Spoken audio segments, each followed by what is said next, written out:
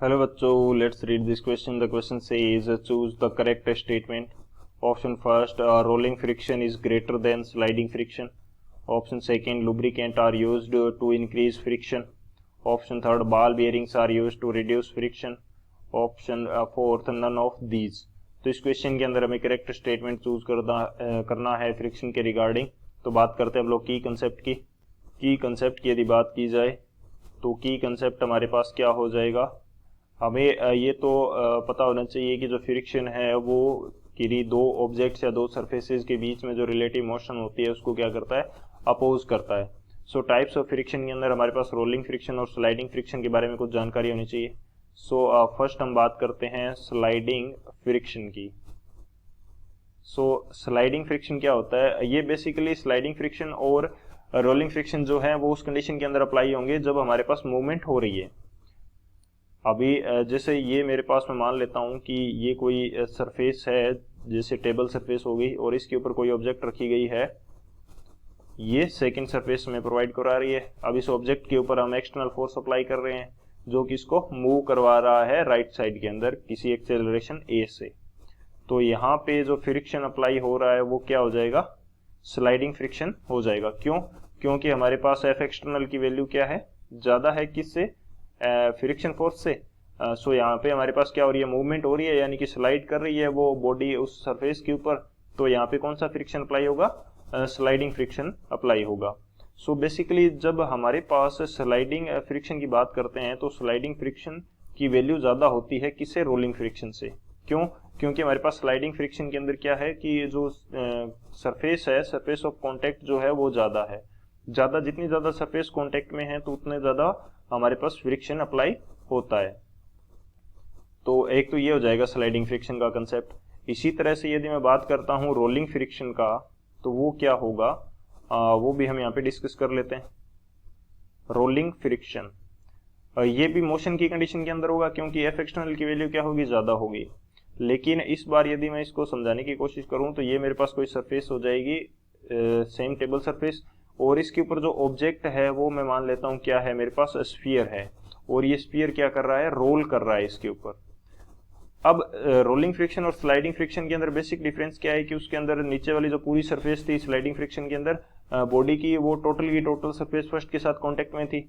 लेकिन रोलिंग के अंदर क्या है कि सेकंड बॉडी जो है उसकी एक पॉइंट जो है ओनली, वो पॉइंट क्या कर रहा है, कांटेक्ट कर रहा है सरफेस फर्स्ट के साथ में. कांटेक्ट क्या कर रहा है, ओनली ये पॉइंट कांटेक्ट कर रहा है. सो हमारे पास जो फ्रिक्शन मिलता है यहाँ पे वो क्या हो जाएगा, मूवमेंट इधर हो रही है. यदि मान लेते हैं कि एक्सटर्नल फोर्स की वजह से ये इधर मूव कर रहा था तो नेट मूवमेंट तो हमारी राइट साइड के अंदर है. लेकिन फ्रिक्शन अभी भी कहाँ लग रहा है, पीछे की साइड में लग रहा है. और इस कंडीशन के अंदर जो फ्रिक्शन काम करता है वो एफ आर किसको रिप्रेजेंट करेगा, रोलिंग फ्रिक्शन को. वो किसको रिप्रेजेंट करेगा, रोलिंग फ्रिक्शन को, क्योंकि मोशन क्या हो रही है, रोलिंग मोशन हो रही है. सो एक चीज यदि मैं यहाँ पे डिस्कस करता हूं कि रोलिंग फ्रिक्शन की जो वैल्यू है वो ज्यादा होती है किससे, रोलिंग फ्रिक्शन की जो वैल्यू है वो स्लाइडिंग फ्रिक्शन से ज्यादा, सॉरी, रोलिंग फ्रिक्शन की वैल्यू कम होती है, ज्यादा नहीं होती. रोलिंग फ्रिक्शन की वैल्यू क्या हो जाएगी, रोलिंग फ्रिक्शन की वैल्यू क्या हो जाएगी, कम हो जाएगी किससे, स्लाइडिंग फ्रिक्शन से. स्लाइडिंग फ्रिक्शन की वैल्यू ज्यादा होगी. ये हमारा मेन की कंसेप्ट था. इनके बीच में बेसिक रीजन क्या रहता है कि रोलिंग फ्रिक्शन के अंदर हमारे पास सरफेस का ज्यादा इन्वॉल्वमेंट नहीं है, एक सिंगल पॉइंट ऑफ कांटेक्ट होता है दोनों सरफेसेस के बीच में, सो उसके ऊपर फोर्स अप्लाई होता है. और स्लाइडिंग के अंदर टोटल सरफेस क्या होती है, टच में होती है, जिसकी वजह से जितनी ज्यादा सरफेस टच में होगी उतनी ज्यादा क्या हो जाएगा, हमारे पास फ्रिक्शन की वैल्यू हो जाएगी. सो ये हमारा मेन की कंसेप्ट हो गया. इस की कंसेप्ट की हेल्प से इस क्वेश्चन को सोल्व करते हैं. सॉल्यूशन की यदि बात की जाए तो सॉल्यूशन क्या हो जाएगा, यदि हमें क्या करना है, फ्रिक्शन कम करना है, हम क्या चाह रहे हैं कि हमारे पास क्या हो जाए, फ्रिक्शन कम हो जाए, तो उसके लिए हम या तो सरफेस को क्या कर सकते हैं, स्मूथ कर सकते हैं. सरफेस क्या होनी चाहिए, स्मूथ हो जानी चाहिए. तो सरफेस स्मूथ करने के लिए हम लुब्रिकेंट्स यूज कर सकते हैं. लुब्रिकेंट्स जो हैं वो यूज कर सकते हैं ताकि सरफेस दोनों के बीच में एक लुब्रिकेंट की लेयर आ जाएगी दोनों सरफेसेस के बीच में, तो इजीली स्लाइड कर पाएगा. या फिर हम क्या कर सकते हैं कि बॉल बियरिंग्स का उपयोग कर सकते हैं.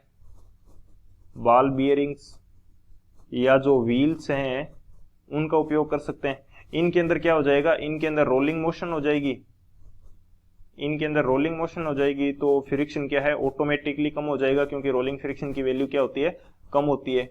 सो ये जो कंडीशंस हैं वो हम फ्रिक्शन कम करने के लिए यूज में ले सकते हैं। सो अब बात करते हैं ऑप्शन की कि कौन सा ऑप्शन करेक्ट होगा। फर्स्ट हमें क्या दे रखा है, rolling friction is greater than sliding friction, तो ये तो इनकरेक्ट हो जाएगा, स्लाइडिंग फ्रिक्शन की वैल्यू ज्यादा होती है। सेकंड हमें क्या बोल रहा है, lubricant are use to increase friction, friction increase करने के लिए नहीं डिक्रीज करने के लिए हम यूज करते हैं। थर्ड क्या बोल रखा है, ball bearings are use to reduce friction, ये करेक्ट है। बॉल बेरिंग्स क्यों यूज करते हैं, क्योंकि फ्रिक्शन उसके अंदर कौन सा लगेगा, बॉल बेरिंग्स के अंदर वो हमारे पास लगता है रोलिंग फ्रिक्शन, और रोलिंग फ्रिक्शन की वैल्यू क्या होती है, कम होती है। किससे, स्लाइडिंग फ्रिक्शन या अदर एनी कोई भी फ्रिक्शन है तो उससे रोलिंग फ्रिक्शन की वैल्यू क्या हो जाएगी, कम होगी।